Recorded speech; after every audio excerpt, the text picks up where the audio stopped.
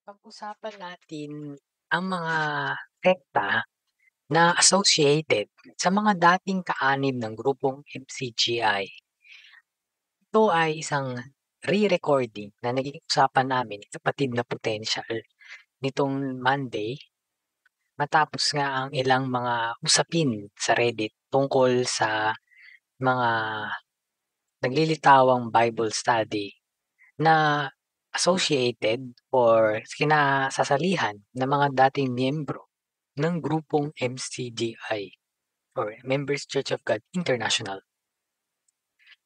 Simulan natin muna siyempre of course kung ano nga ba itong grupo na ito, 'di ba? Yung ating kinikilalang MCGI ay galing talaga siya sa ano, marami siyang pinagdaanang mga pangalan. Nagsimula siya bilang Iglesia ng Diyos kay Kristo Jesus sa Haligi at sa Liga ng Katotohanan sa Bansang Pilipinas Incorporated.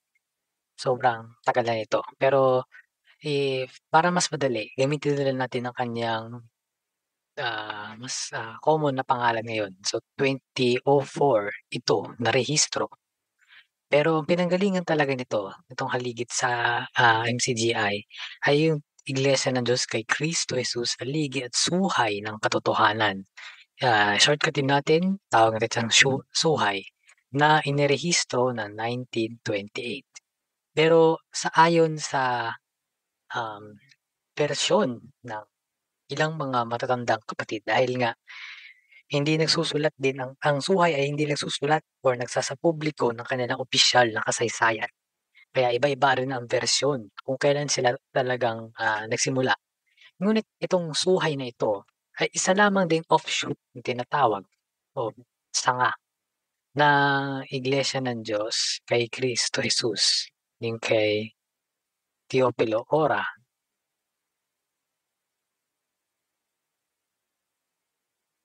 Tawag natin yung kay Ora na hindi nagkakamali 1919 naman nagsimula.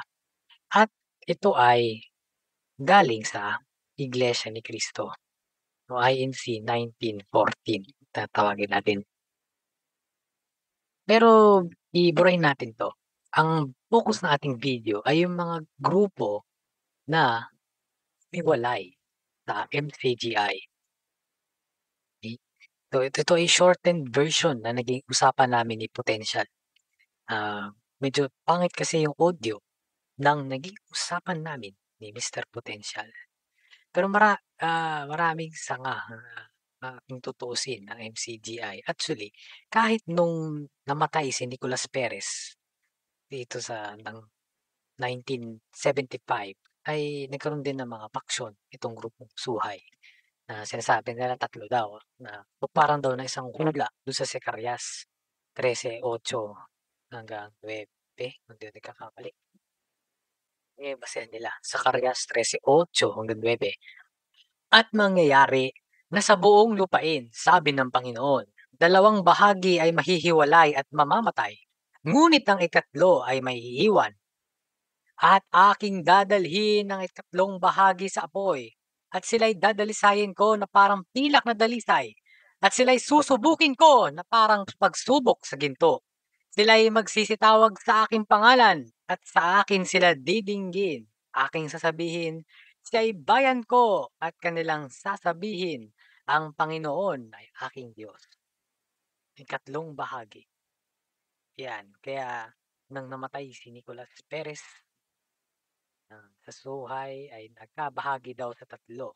Isa nandiyan ang MCGI, isa yung grupo ni Hizon, ayan, tatlo sila. Suhay, yung grupo ni Hizon, tsaka yung MCGI. Pero kung tutusin, titinan natin sa English, hindi naman sinabing tatlong bahagi, tatlo eh. Ang usapan lang kasi dyan, 2/3 and yung 1/3. So, dapat lang dalawa. Anyway, pwede naman itong pag-usapan pa sa mga ibang pagkakataon. Pero usapan kasi natin ngayon, ano nga ba ang mga grupo na nagmula sa grupo MCGI? So, balikan natin muna ang lifespan ng MCGI mula ito ay unang nirehistro noong 1977 bilang mga kaanib sa Iglesia ng Diyos kay Kristo Jesus sa Liga ng Katotohanan sa Bansang Pilipinas Incorporated. hanggang parang madali dahil alam ko marami sa inyo nakakaalam na nagpaiba-iba rin ng pangalan ang grupong MCGI. Pero isang ano lang naman 'yan, eh, isang grupo pa rin sila na pinangangasiwaan ni Mister Soriano mula pa noong 1977. Gamitin natin 'yang, katagang na 'yan para mas madali natin.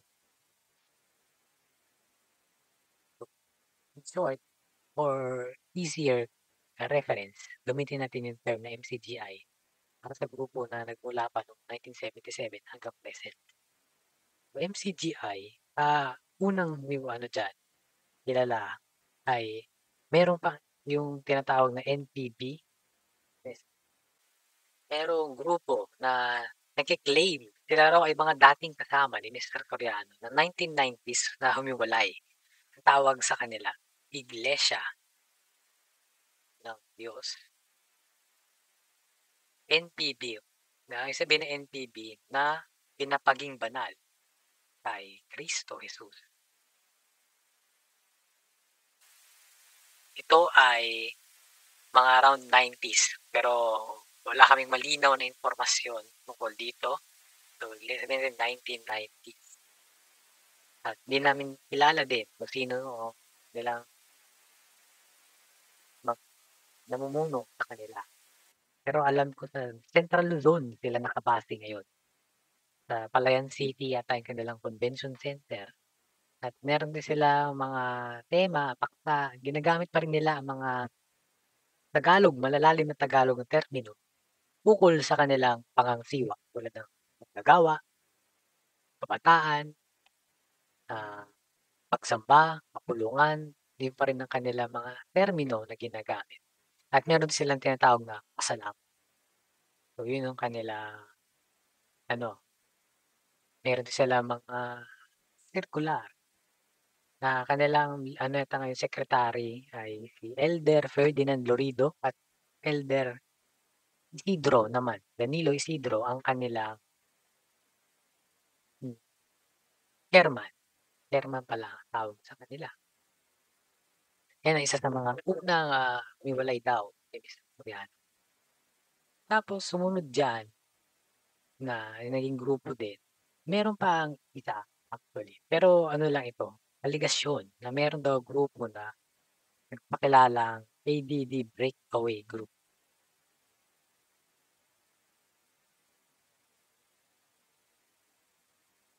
Hindi sigurado kung kailan ito lumitaw at mukhang ano lang ito, isang propaganda na pinakakalat lalo na noong 2005 daw ito humiwalay.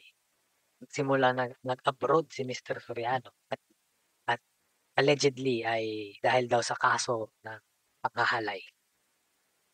So isa yan, yung ADD Breakaway Group. Pasensya nyo na aking sulat. Ang sumunod naman diyan, siyempre, ito ay maliit lang naman 'to at mukhang nawala rin naman sila. Ito ay nananatili pa rin, active pa rin sila. Ito, di natin alam, baka pumunta na sila sa ibang sekta. At of course, ang kilala natin diyan yung MMC, Members Church of God in Jesus Christ Worldwide ni Mister Willie Santiago na natiwalag sa MCGI. Ito, sabi ni Santiago, humiwalay daw siya sa MCGI noong October 2009. Pero tandaan natin, ang MCJCW ay ang sekta na ni Mister Santiago. Kasi bago pa yon, bago sila naging MCJCW ano man yan, ay sila muna ay Members Church of God Teos. Yan ang una nilang rehistro ng 2009. Nakasama pa niya si Mr. Almer Caras at marami pa sila noon. Marami pa sila mga lokal noon, mahigit kumulang 10 o 15 at talagang may live audience pa sila. Ngunit nagkahiwalay din sila na dahil itong Teus na 'to ni Mr. Almer Caras ay naging full-fledged parang born again group na tinatawag na Believers Church of the Risen King. Yan yung kanilang splinter group na tinatawag na parang balik lang na born again na grupo. At hindi lang yung believers ang humiwalay, grupo pa ni Warlie Santiago, siguro tumama na rin diyan, na di pa namin alam kung saan napunta yung iba. Meron ding humiwalay kay Mr. Willie, yung tinatawag na Church of God in Milan, di Tagatere, Milan, parang hindi namin alam kung ano yung status nila. At marami pa na mga sumama din kay Willie later on ay nagsolo na at nagsasabing sila ay nakiki-fellowship na lang spiritually sa Iglesia ng Diyos. Kung nasaan man, ang Iglesia ng Diyos ay ito daw ay spiritual. Tama na dyan yung Household of Faith Ministries ni Mr. Dodds Arisgado at yung iba pa ang mga grupo dyan tulad ni Mr. Dex Patinio, YouTube channel. Of course, di mawawala yung mga makalat na forum tulad ng humiwalay si MCJCW, yung grupo naman ni Mr. Bert Miranda na dalawa lang sila. Nakalimutan na namin ang pangalan dahil medyo patay na po si Mr. Bert Miranda na dati ding MCGI na dati rin naging member ni Willie Santiago. Ganun po yung mga nangyari dyan sa faksyon humiwalay na dating pinangungunahan ni Mr. Santiago. Sa ngayon, active pa rin naman ang MCJCW at siya ay may live Bible study sa YouTube. Hindi rin mawawala siyempre of course yung mga iba sa forum na nagpapakilala MC sa Iglesia ng Diyos, although mukhang satirical, bagamat nakikipagdebate tulad ng grupong MCGU ni Mr. Sam Tahuda, members Church of God Universal. Pero mukhang naman, hilig siya makipagdiskurso tungkol sa pananampalataya. And yan yung mga grupong na may kinalaman sa ni Mr. Willie Santiago. Kaya ayan po, yan po yung mga splinter na sekta na may kinalaman naman sa pagpapaksyon o pagkawatak-watak din ng grupo ni Mr. Santiago. Sige, iwan na muna natin yan at move on tayo dun ulit sa MCGI. I-focus tayo naman doon sa mga nangyari ni Mr. Razon na overall servant ng MCGI. Zone era 2021 present. Of course, tuloy-tuloy naman ang pag-iral at gawain ng grupong MCGI. Ngunit nagkaroon din ng ilang mga tao na ismayado, mabago, at pamamalakad grupo sa pangunguna ni Mr. Razon. Sama na dyan ang matagal na matalik na kaibigan ni Mr. Soriano na naglagay ng tawag nilang MCGB, First Church of God in the Bible, na si Mr. Yuli Benjamin ang kanilang pinaka-representante. Bagamat hindi siya nakiklaim na siya daw ang namuno, pero siya ang kanilang nangunguna 2021 ito dahil pagkamatay ni Bes ay unti-unti na natisod ito si Mr. Villamin at yung mga dating naghahanap ng estilo ng papaksa ni Mr. Soriano ay nagsipagsama sa MCGB. Ito ang isang bahagi ng naging usapan namin ni Potential tungkol nga sa MCGB at kung paano ba ito nag-ooperate. Alam naman ng lahat, si Yuli ay private nurse ni Bes. Dati pa. Actually, na-issue nga yung dalawang yun dahil parang masyado silang close. Parang something's off. Parang something smells fishy. Bagaman yung mga allegations ay hindi naman verified. And wala naman concrete basis na makikita. Wala namang marriage certificate na mapapakita. Kahit sa death certificate ni Bes, wala yon. Nakalagay sa death certificate ni Bes, single siya. O walang konkretong ebidensya na kinasal sila. It doesn't necessarily mean na wala silang relasyon. Unverified lang. So, yung pag-aklas na yan, so, yung pag-aklas nila Yuli na yan, parang nakikinikita na kasi during anong taon yung 2021 yung nagkakaparinigan na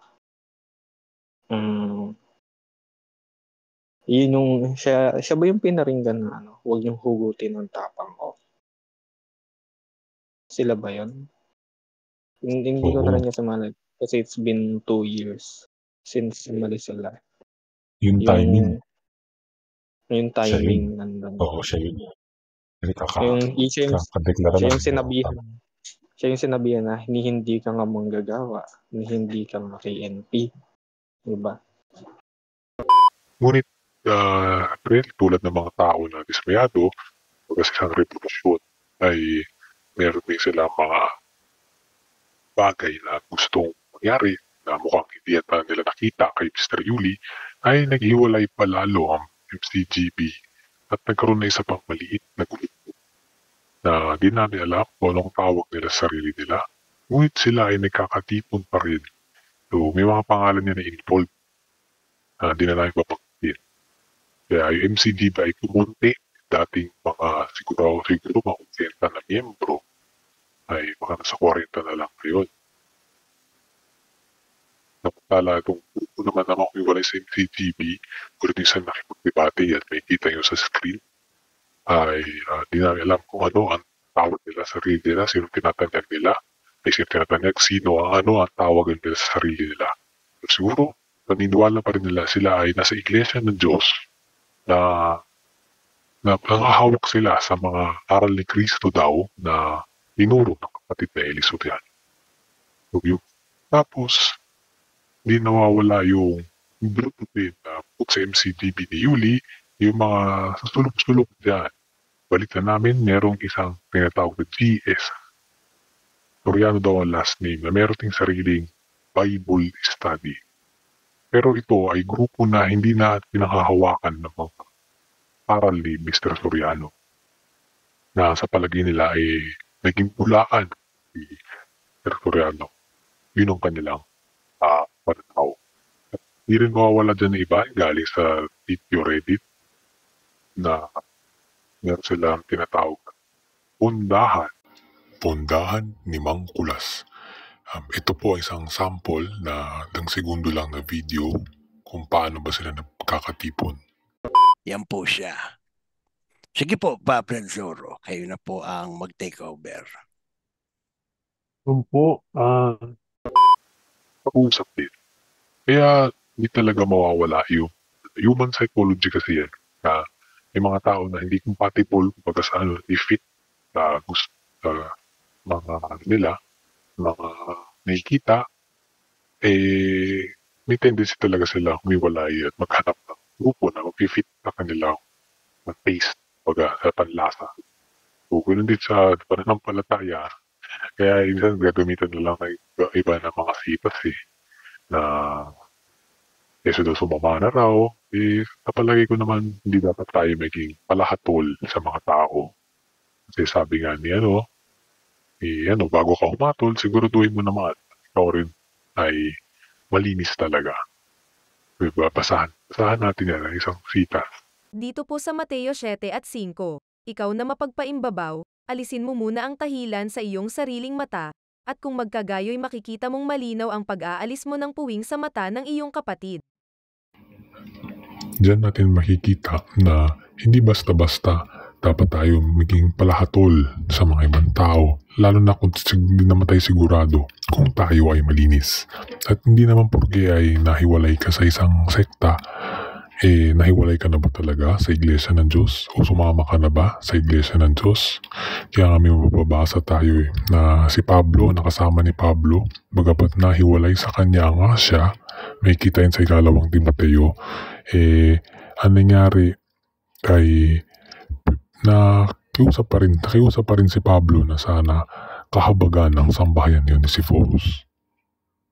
Yan yung nababasa nga doon sa 2 Timoteo 1:15 hanggang 16 na ito. Ito'y nalalaman mo na nagsiwalay sa akin ang lahat ng nakasasya na sa mga yaon ay si Fihelio at si Hermogenes. Pagkalooban nawa ng Panginoon ng habag ang sangbahayan ni Onesiforo sapagkat madalas niya akong pinaginhawa at hindi ikinahiya ang aking tanikala. Kaya ayon din sa turo din ni Pradelli, si Onesiforo daw ay nahiwalay kasamang nahiwalay doon sa mga taga-Asya na nahiwalay kay Pablo na nakakasiwa daw ng Iglesia sa mga hintil. Ngunit nakiusap pa rin si Pablo na kahabagan si Onesiforo. Kaya hanggat may buhay, hanggat di pa tapos ang pag-iral ng mundo, di pa nagkakaroon ng pag-uhukom, ay tingnan natin kung gaano kung malaki, malawak ang habag ng Panginoon. At kung naniniwala talaga ang mga tao na espiritual ang Iglesia ng Diyos, baka hindi ito limitado sa isang partikular na sekta. Sana po naging informative ang video na ito at hindi kayo masyadong na bagot sa pagpapaliwanag tungkol sa iba-ibang sekta o splinter groups na nagmula sa MCGI. At muli, salamat po sa inyong pagkikinig.